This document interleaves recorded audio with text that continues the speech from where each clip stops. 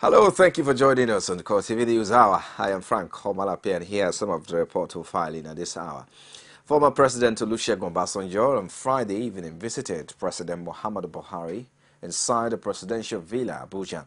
The two leaders met for a few minutes behind closed doors inside the official residence of the president. Obasanjo, decked in blue agbada and a cap to match, arrived at the premises after the day's work when the president had returned from his office. The president's residence is not open to journalists except on special occasions. Obasanjo must have decided to act on his knowledge of the presidential villa to visit the president at that time away from the curious eyes of the reporters. That was the first time the former president would be visiting Buhari inside the presidential villa since his inauguration. And our President Muhammadu Buhari's silence following the recent sacking of 8 group executive directors of the Nigerian National Petroleum Corporation has continued to delay the appointment of new directors. It was learned that 8 departments that were headed by the GEDs had been pruned down to 4 directorates, while persons to fill these positions have been picked from within the corporation. Sources at the corporation stated that senior officials at the National Oil Firm had contested plans to bring in individuals outside the NNPC to fill the positions.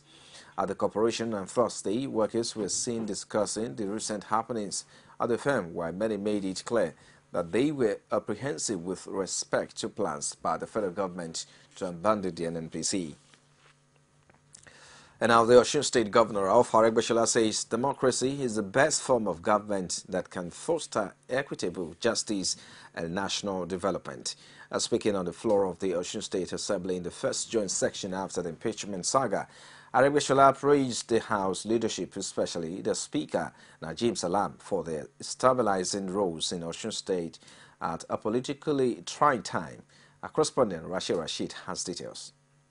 Few days after the Osun State House of Assembly threw into the trash the petition of Justice Folahomi Oloyede, the executive arm of the Osun State government came visiting at the House of Assembly, with the public also having access to the chamber. Speaking for the first time since the end of the impeachment saga, Rauf Aregbesola says parliamentary system is the best form of government for the growth and development of developing countries of the world. Aregbesola highlighted the importance of the legislature owing to its roles in the act of governance.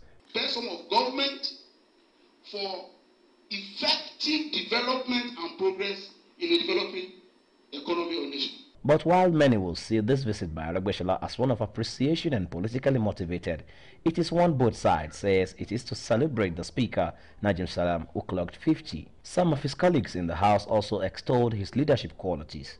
As the Speaker of Ogun State said, the only thing you can give him as a birthday gift is that support to succeed. I want to believe that you are being celebrated today as a result of your exemplary leadership qualities. I said the love did not just come before him, but I want the whole world to know this and learn from it. That he's a contented man and is somebody that waits for God's time. Najim Salam, while acknowledging the honor bestowed on him by the House of Assembly, says it is a challenge to do more in the service of the state. As I step up my activities dealing with the needy, I shall continue to provide my shoulder for the rejected, the disadvantaged, the neglected, and the downtrodden to learn on to the best of my ability. While the time now is for merrymaking between the House of Assembly and the Executive, the public waits with anticipation the next step by the State House of Assembly on the petitioner in the impeachment saga. For Folahomi Oloyede, Rashid, CoreTV News, Oshogbo. Meanwhile, the Osun State Legislators Forum, comprising lawmakers at both the National Assembly and Osun State House of Assembly, have invited stakeholders in the state, including former governorship candidate of the People's Democratic Party, Inyiola Omisore, to a conference on how to move the state out of its present economic crisis. Lawmakers who spoke through Ayo Midino at a press conference in Oshogbo on Saturday said the forum is convoking the meeting in order to find solutions on how the state government can get out of the present economic quagmire. The forum said it's expecting Governor Rauf Aregbesola, his deputy Titi Lawi, Tomori, Speaker of the House of Assembly, Najim Salam, and other leaders to attend the conference. Omidero said the forum decided to call all stakeholders together to brainstorm on why the state had been experiencing difficulty meeting its financial obligations to workers and contractors. Omidero added that the outcome of the conference will be presented to Aregbesola, stating that the forum will wait to see what the governor will do with it. Deputy Speaker of the House of Representatives Lasson Yusuf, who is from Osun State, was absent at the press conference, but Omidero said the lawmaker was expected to attend the conference. And now the majority leader of the House of Representatives, Femi Gbajabiamila, has appreciated the Surulere Federal Constituency party members and his party, the All Progressive Congress, for his emergence as the House leader of the House of Representatives for their continued support. Also affirming his existing relationship with the Speaker, Yakubu Dogara, despite all that has transpired between them. He added that he will continue to do his bit and respect party supremacy at all times. He also added that the House is now poised to work to ensure the success of the party at the federal level and ensure the implementation of its manifesto. God wants me to be at this point in time, and that's where I want to be. I want to be wherever God wants me to be. The speakership has come and gone. We contested for it. I was my party's candidate. My party members wanted me. My party leaders wanted me. I had the support of the party across board. But God had other plans for me, and I'm satisfied with that. I have a good, cordial working relationship with the Speaker, Honorable Dogara. I've always had with him even before this contest, and I intend to continue having a good relationship with him. A contest does not have to be a battle. That's what it is, just a contest.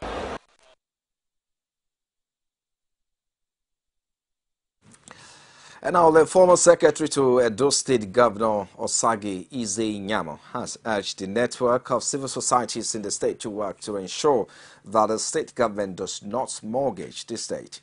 The Benin-born politician and aspirant to 2016 governorship election dropped his hint during the unveiling of the Human Rights House in Benin City.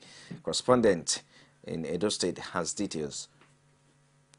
The former secretary to the Edo State government, Osage Nyamo, says the people of the state must all come together to ensure that the state is not thrown into a major debt crisis with the attitude of the Oshiomhole-led government. The future of our state must not be mortgaged. And in any event, when money is being borrowed, our people deserve to know what is this money being used for. The ones you borrowed before, what was it used for? How much have you paid and how much is balancing? The new one you want to borrow, what are you going to use it for? These are questions that the people must be giving answers to. He, however, commended the leadership and the role of the civil society in the state and in the country with its constant stand on the parts of the oppressed and the downtrodden. Pastor Abraham Owewe, president of Network of Civil Society Organization on Nigeria, who led the police, politicians, traditional rulers and other stakeholders to the ceremony to unveil the Human Rights House, said they will continue to be on the side of the masses through constructive engagements and peaceful means to achieve results, adding that there are several causes and cases of extrajudicial killings yet unsolved in the state. Is to call for a convocation of these various organizations so we can bring our hands together and strike stronger blows which will liberate our people from freedom, mental slavery, lack, oppression, rejection. For us generally, we are going to engage the process in the most peaceful manner, and we're going to ensure that our people that never again the average Edo child, never again the average man in Nigeria will be oppressed. The Human Rights House, as this nonsense secretariat have now been christened, it's open to all. It's a place the weak will come and get succor. It's a place where you can come and will assist you to get access to justice. Edo State Police Commissioner Samuel Deguye, who was present at the ceremony, assured the civil rights group that he will ensure an open-door policy both at the command and across the divisions to evade frictions. One of the conflicts that we have experienced, we found out that genesis purely on communication gap. My office will be made open to you 24 hours basis. And if there's any need for us to play any ambiguity, please be free. Meanwhile, executive members of the organization later stepped out for recognition during the ceremony. It's still CoreTV News Hour. We'll take a short break. We'll be back in a moment with more stories. Stay with us.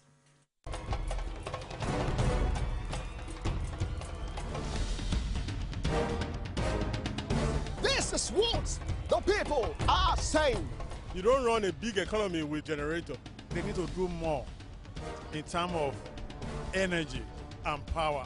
Many things to do for this Nigeria about lights, water, and new TT.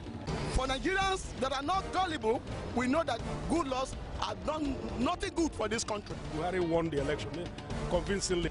Talk to your husband that you should keep promise about what you said, and because people are watching you, you know, another election is coming.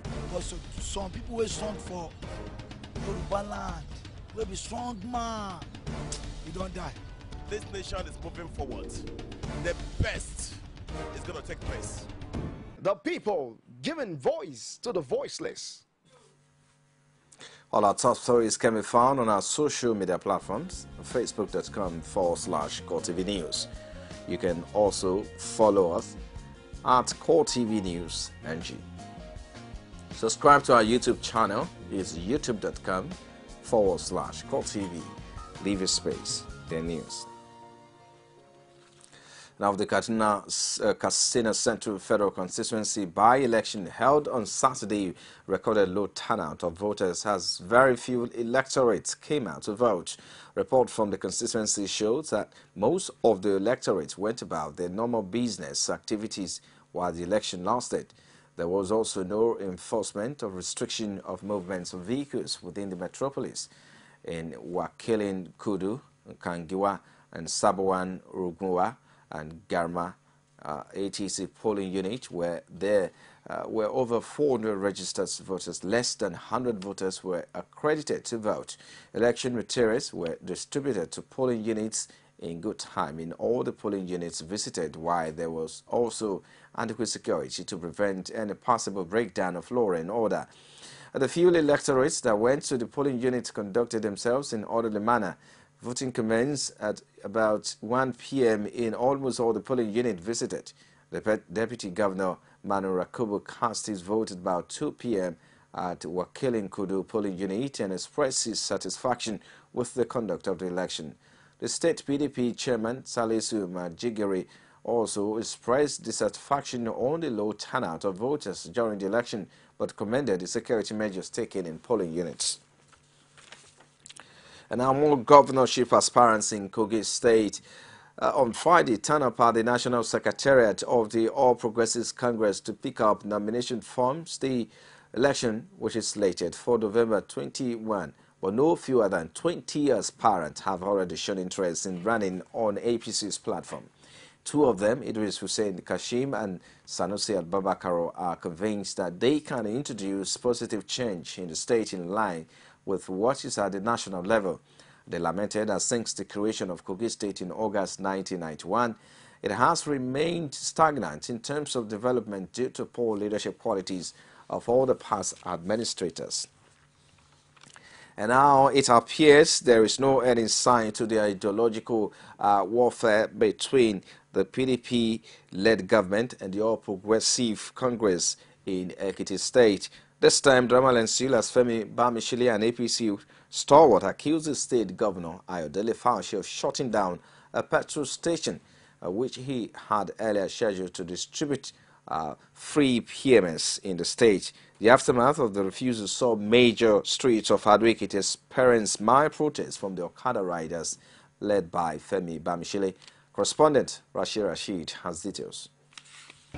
You may be right, and you may not be far from the truth if you prefer such a gesture. The move by a former Ekiti House Speaker and an APC chieftain, Femi Bamishile, to distribute petrol to commercial motorcyclists appear to have hit the rock. The pump station where the free distribution was to take place was locked down. Reacting to this development, Femi Bamishile, who appeared unhappy with the situation, accused the state governor Ayodele Fayoshe of shutting down the station. The kind of brutish way of leadership that we have in the state, it is from the state government that has been instructed. A text message was sent on my phone instructing that this gas station be shut down. The inability of the motorcyclists to get fuel at the petrol station situated at Ijibo spawned a mild protest from the riders cutting across major streets of Ado-Ekiti as they go in search of fuel stations willing to queue into the plan of Bamishile. On her part, the state government denies shutting the pump station for any reason. Our government, when we are having in Ekiti today, they are not doing anything for us. They are deceiving us.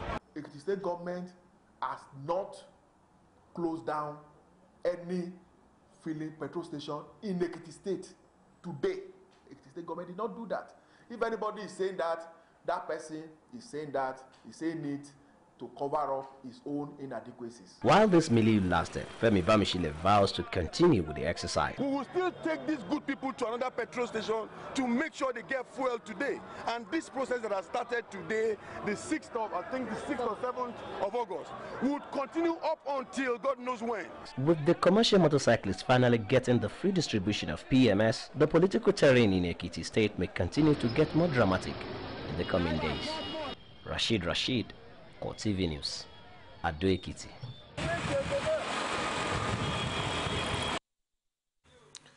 Away from politics now, the military authorities say troops are combing the creeks in search of suspected oil bunkers who attacked the base of the Joint Task Force in Nembe. 4 soldiers and a policeman were confirmed killed in the incident, but the defense headquarters say investigation is on.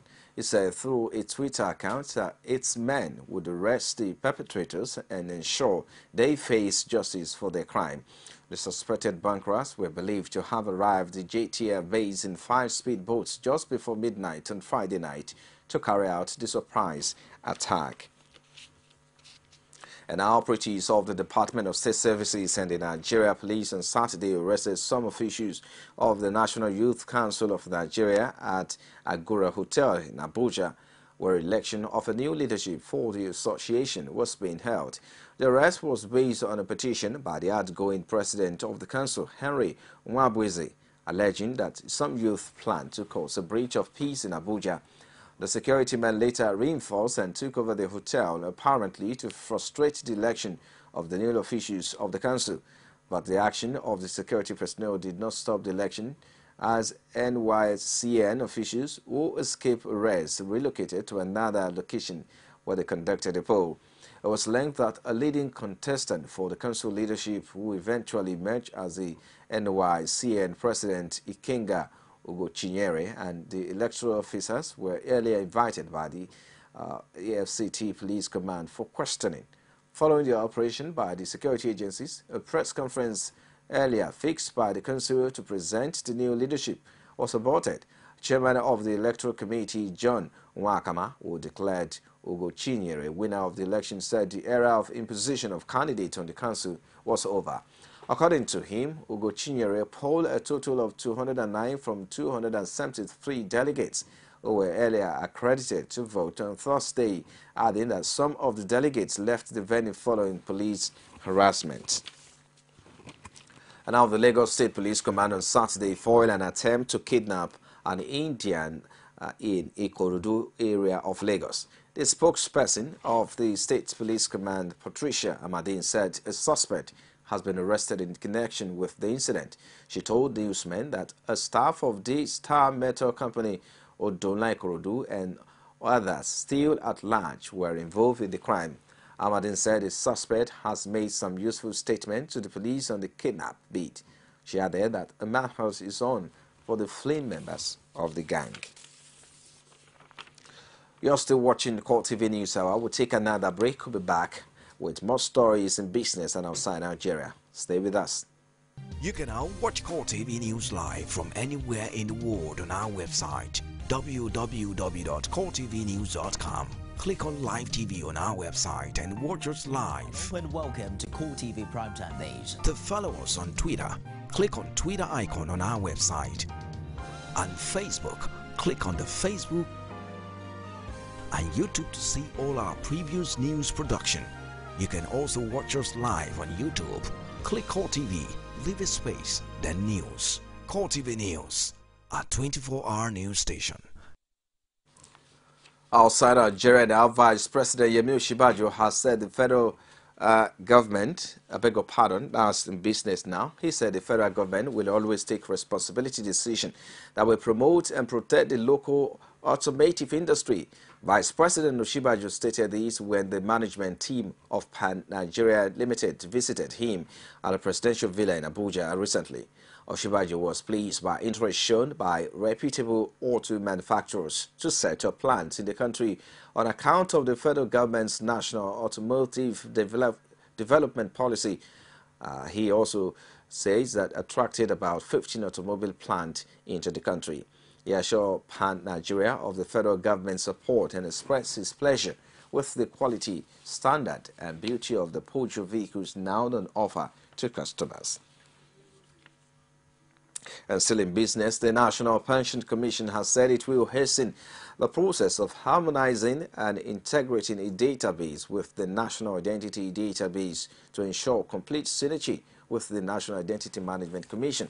The Director General Pencon Chinelo Anohu Amazu stated this when the Director General and Chief Executive Officer of the National Identity Management Commission, Chris Onyemenam, visited the Pencon headquarters to further review collaborations.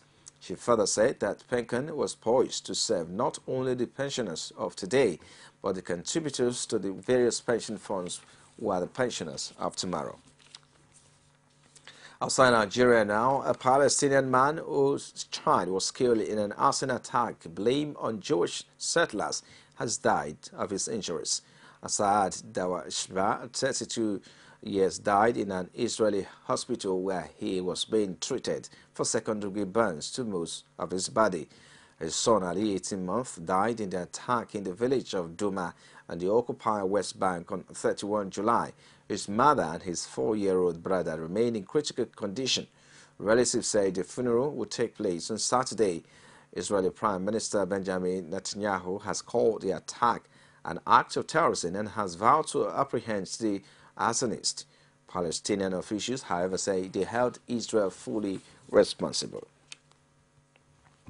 And now, a jury in the U.S. state of Colorado has spared gunman James Holmes the death penalty for killing 12 people at a screening of a Batman film in 2012. He will serve life in jail without the possibility of parole. The defense team had argued that the former neuroscience graduate student, now 27, was insane at the time. The jury agreed with prosecutors that Holmes, though mentally ill, was responsible for his actions, but he was not unanimous on the death penalty. The lack of agreement meant the jury accepted he would receive an automatic life sentence without parole. The decision of the jury, a panel of 9 women and 3 men, was reviewed by Judge Carlos Samuel at a courtroom in the city of Centennial on Friday. During this 3-month trial, Holmes declined to testify in his own defense or to make a statement expressing his remorse. The sentence is expected to be imposed formally at a later hearing. Well, and that's a wrap on CoreTV News Hour. Thank you for watching. I am Frank Omalape. I'll see you again.